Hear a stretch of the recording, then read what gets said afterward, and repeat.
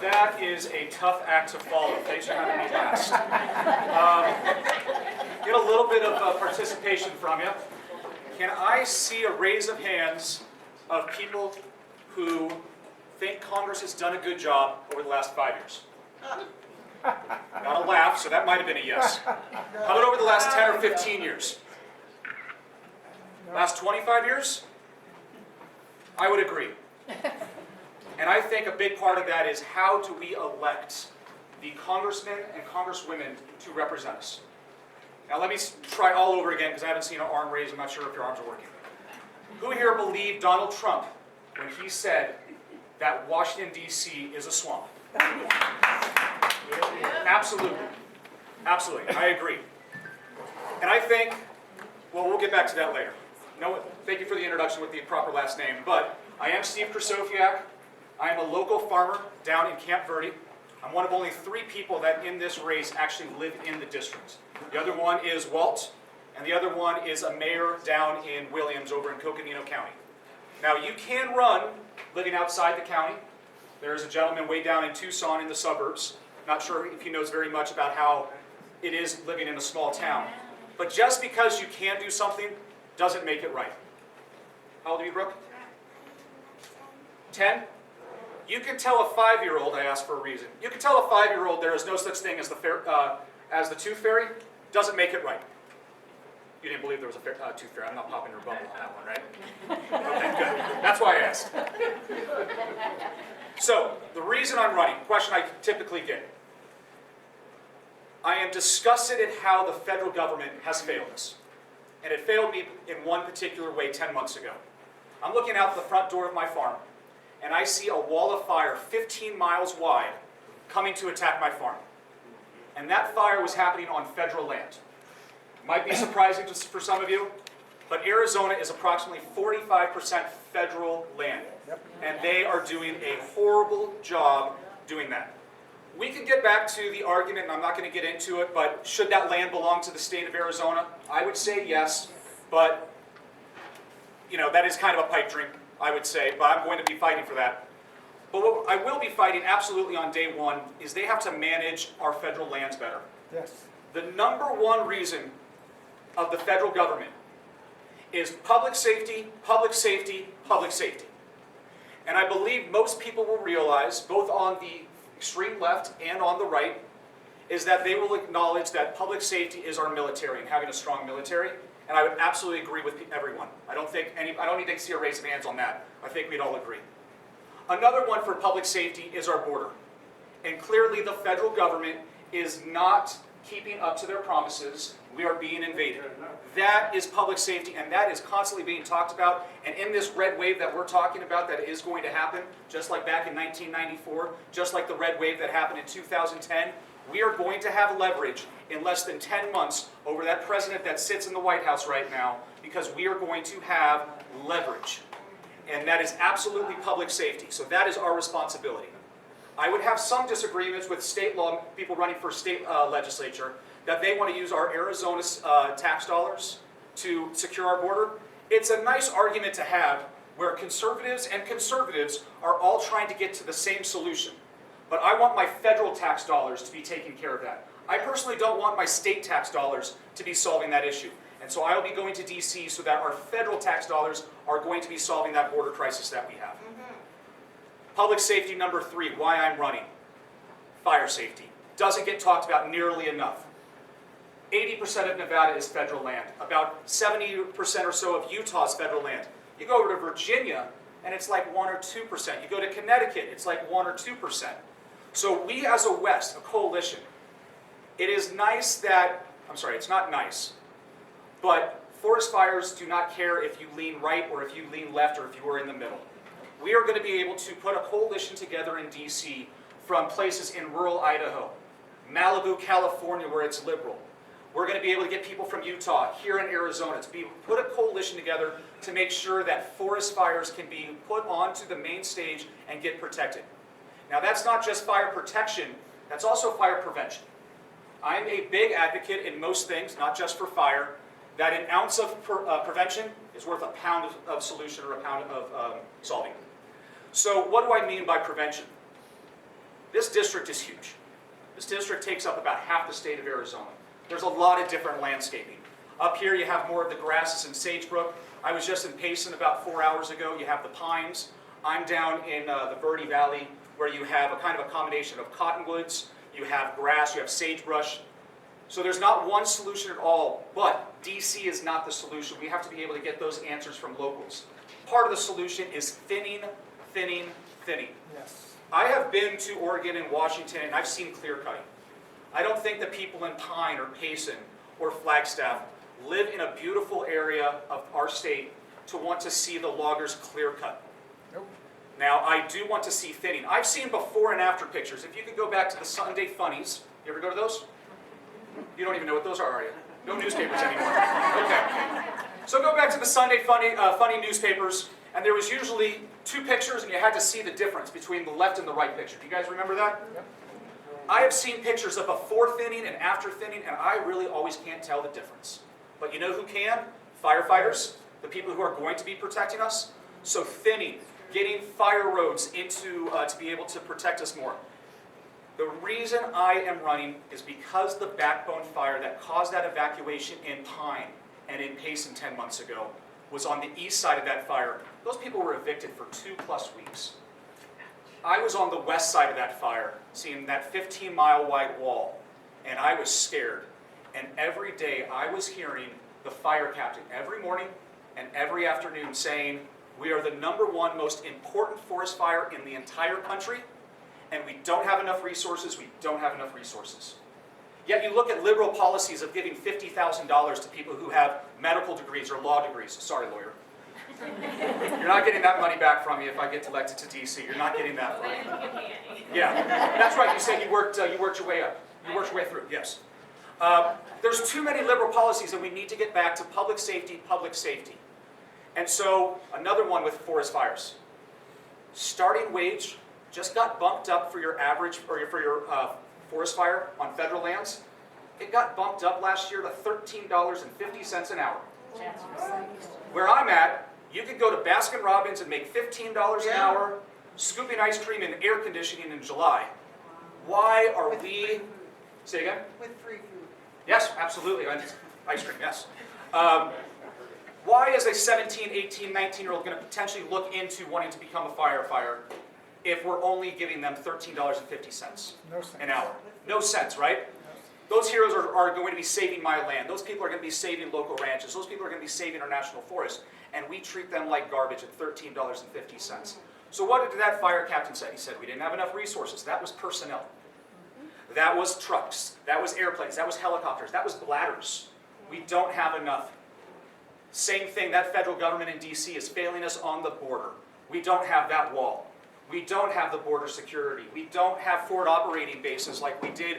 Kind of like, we should have more of a militaristic attack on both preventing forest fires around towns, kind of preventing a defensive perimeter, and we should have that same outlook by looking at the border. It should be more militaristic. We should be taking a page from our great military. So, question for you. How many people here are either ranchers, farmers, have fathers, mothers, grandmothers, grandfathers that are farmers or ranchers? I was expecting more, so that's about 30%. For those of you who are not lucky enough to have had a farmer or a rancher in your family, our brains are wired differently. Our brains are wired that we think way into the future. Politicians are not. Part of the reason why we have an issue today. Politicians are looking for their next job. Politicians are looking for, how am I going to get elected again 6 months, 12 months in advance? Who raised their hand saying they had a farmer in their hand? You did. Was that a father, was that you, or is that, who in your family was a farmer? Both my grandfathers, their grandfathers, the whole family, all the way down. When they made decisions for how they were going to spend money on their land, were they thinking 6 months in advance? No. Were they thinking a year in advance? No, even further. Thank you. Were they thinking a decade in advance? Yeah. I would say they were probably looking generations in advance. And usually, I've usually heard this, farmers and ranchers don't usually think, how am I going to pass this on to my son or daughter? The words they use is, how am I going to pass this on to my grandson or my granddaughter? And that is the mentality that we need in Congress. We cannot have people who are just going to be thinking 6 months in advance, 1 year in advance. We need to think the solution, the problems we have today were made 25 years ago during the Clinton administration. They were made 15 years ago during the Obama administration. A lot of people bring up the Keystone Pipeline, right? And that if Biden didn't put that in, we'd have a problem. I tend to say that it was Obama. Because if Biden was to start construction on that, it would still not be constructed yet. But Obama put the kibosh on that 10 years ago. So those problems that we have today are problems that we had that were initial problems many, many years ago. So, one thing about my conservatism, it's consistent. The federal government should be staying out of our business. The federal government should be staying out of our business. Let me tell you about my consistent view on that. A couple years ago, Governor Ducey actually signed into a law that I love. It's an education bill.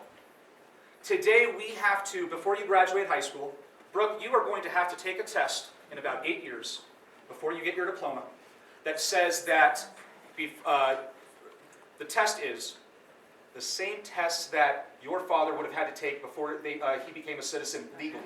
Yes. Your grandfather, I'm sorry. Yes, a civics test. I love that law. If I go to D.C., I'm going to vote no. Sounds hypocritical, right? I like this law, but I'm going to vote no. Why is that? D.C. should not be telling the states what they should and should not be teaching. Right, amen. There should be no Department of Education telling our states what we should not be doing.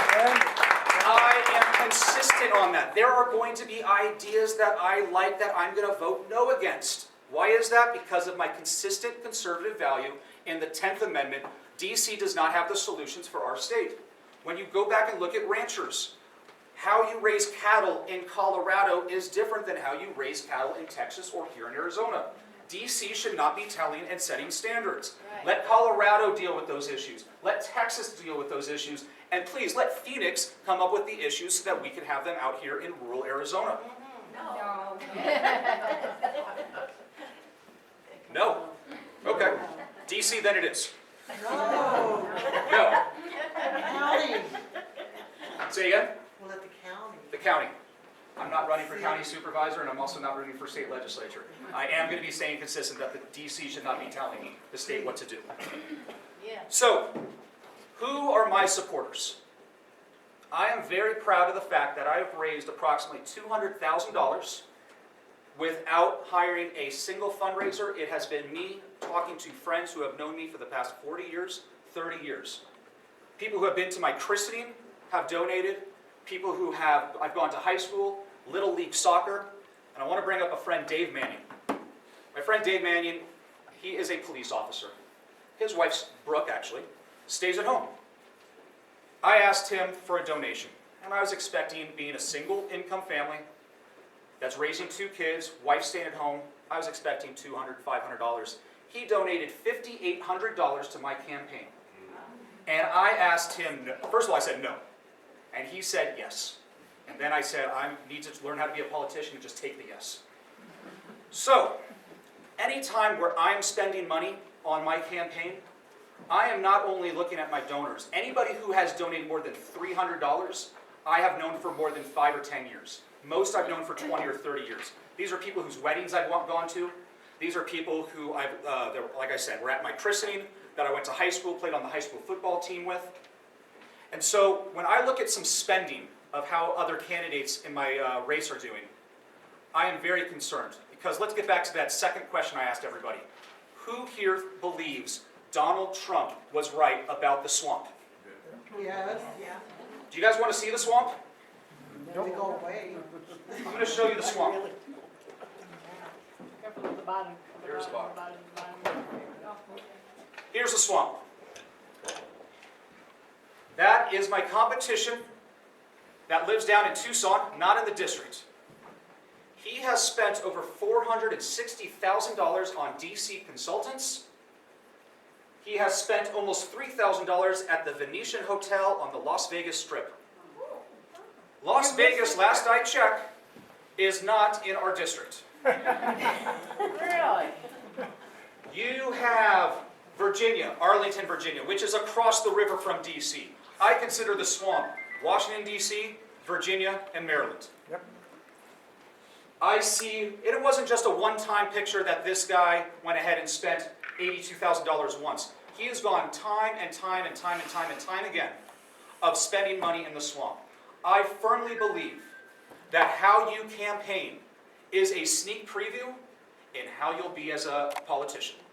If you are already spending $460,000, $396 in the swamp 1 year before you actually even go there, who are you going to listen to?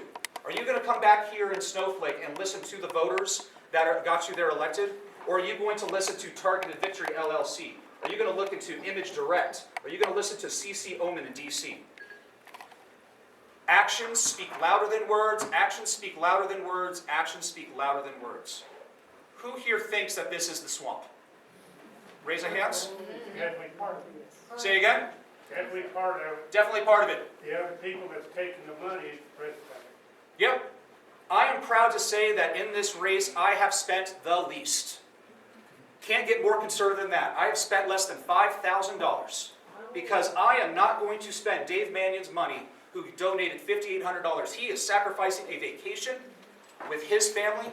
I am not going to go to the Venetian and spend my donor's money, or I'm not going to DC. Take a look up here. Eli Crane, the guy from down in Tucson, DC, Martin's Tavern for $356. He went to a restaurant in DC one night and spent $356. Do you guys think that's right? No. Neither do I. And you know who else didn't? Donald Trump. That's why he was warning us about the swamp. Term limits. I disagree with you, sir. My conservatism says that there is the law of unintended consequences. You got a great round of applause when you said you want to put in a bill for term limits. I know what it polls at. 89% of Americans want term limits. I will self-impose term limits on myself. I live on a beautiful farm. I do not want to be in DC for very long. I want to be able to get a red wave conservatism and be able to vote no on liberal bills. But let's think about law of unintended consequences. Let me tell you what I think about term limits. I think most people, when they want to put in term limits, they realize that lobbyists and the swamp have too much control. Would that be one of the reasons you want to get rid of term limits? Law of unintended consequences. An 80-year-old. Say again? An 80-year-old. An 80-year-olds. That would be an interesting constitutional amendment that I would support. Age limits. There are age limits. You have to be over 25 years old. A 24-year-old can't be in there, so there are already age limits. We just need to do them on the other side of the spectrum. But let me tell you why term limits, I think, unintended consequences. Let's talk about our military. We have a new aircraft carrier that is about to go into service next year. The admirals first asked for that 21 years ago. So it takes 21 years to go from an idea to actually being battle ready. If in Congress we have term limits, imagine how many chairmen of the Armed Service Committee there would be trying to do oversight. A legislature gets knowledge in two ways. Experience, sitting in those committee hearings for hundreds of hours of your life, and through lobbyists, where if someone in Congress is going to run and be there for only 6 years, who is going to oversee that aircraft carrier when it has an overrun cost of $1 billion, of $2 billion? When Lockheed Martin or Boeing, what's another $500 million here, $500 million there? So though I do love the idea of the intent of getting rid of term limits, I love the applause that I haven't gotten that you were able to get. I do want to be able to hold our legislature and our lobbyists under control. So possibly, have you ever heard that before? Sorry for putting you on the spot. No, I think the term limits have been effective at the state level, and I think it could be effective there as well. I've heard the arguments against it. I think that certainly we've got to hold our elected officials Absolutely. accountable, and that's the most important term limit. So throw the bums out, but the problem is, Nancy Pelosi gets reelected every time, Mitch McConnell gets reelected every Absolutely. time. Yeah. But again, that was my first question to everyone here. We all don't think Congress is doing a good job. I think it's because how we elect and get in the primary in the first place. And I think this poster shows that. Second Amendment rights. There is one thing that me and every single person that I'm running against, we agree on. We are going to fight for the Second Amendment rights.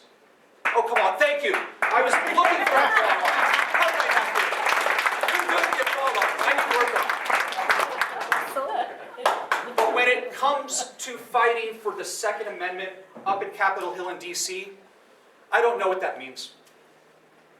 I don't know what that means. Does that mean that we just, too many lawmakers, say, I am going to go to D.C. and fight for our Second Amendment rights? I think those are hollow words. I think too many people say that. Is fighting for our Second Amendment rights, does all that mean is when a liberal bill to take away our gun rights comes up, that they are going to go down to the floor and vote no? That is not fighting.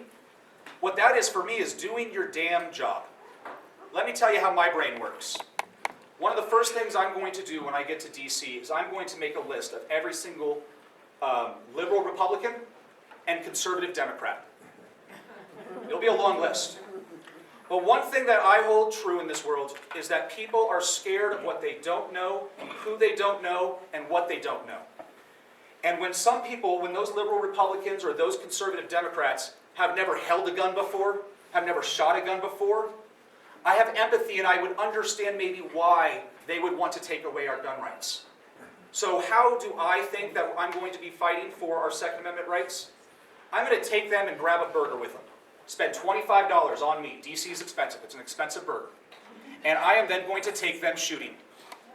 Because what is more important than me going and voting no when the liberals want to take away my gun rights?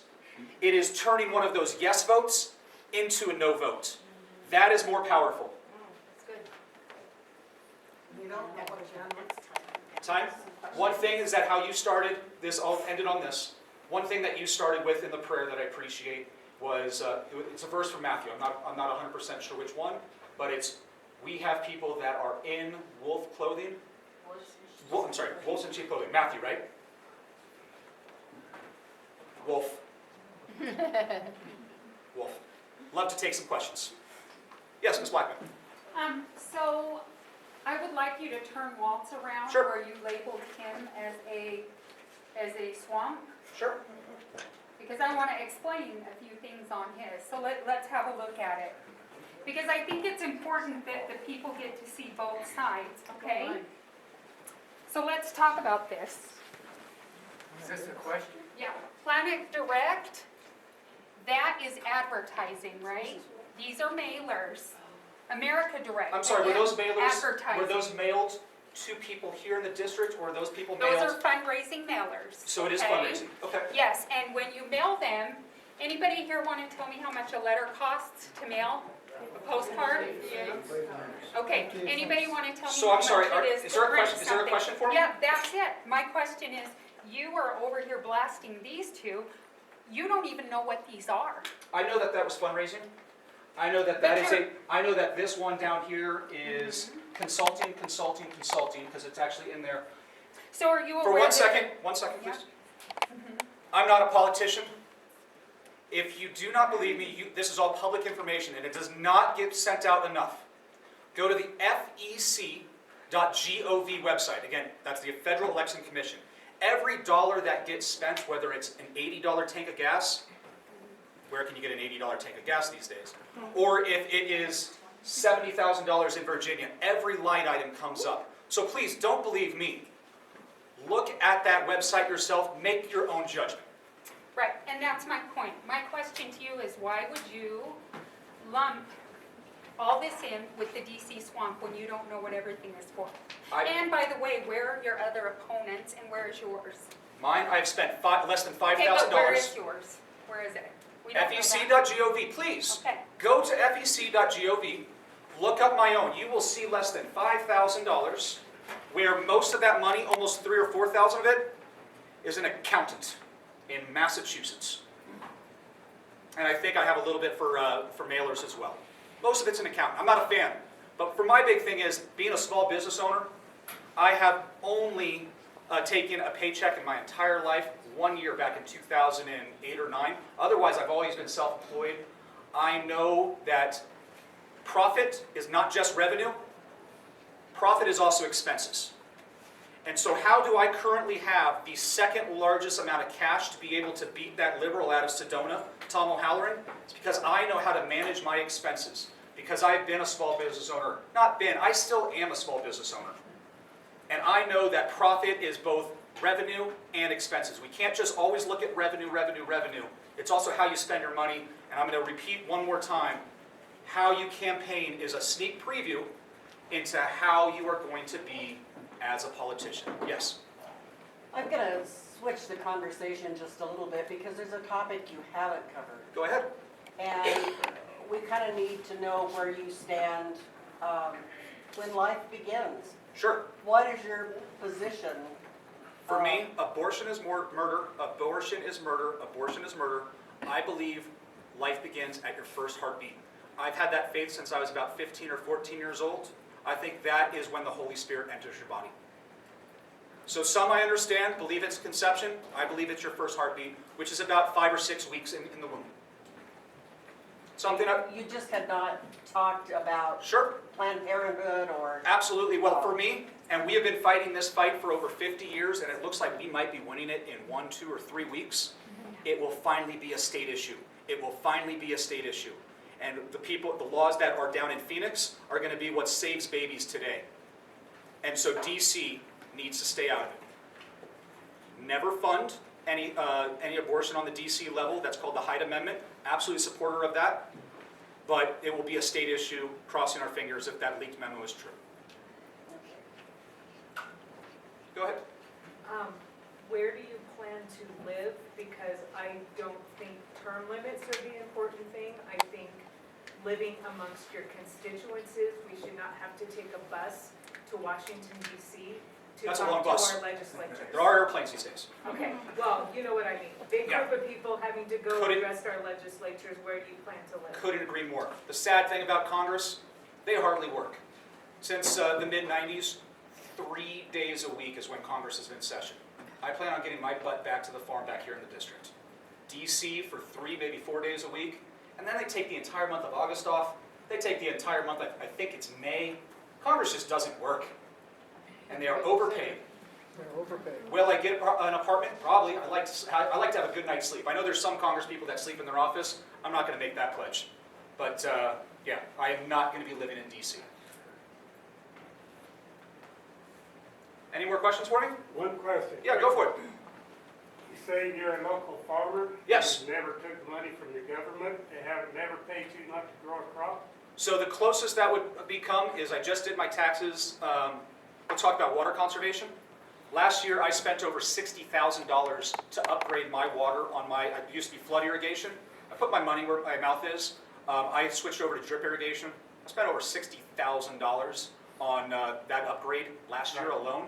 And for that there is a state credit that you do get credit for on the state level, not the federal level. But pomegranates, fruit trees, I started planting, heck, I planted 2,500 vines for the past week of wine grapes.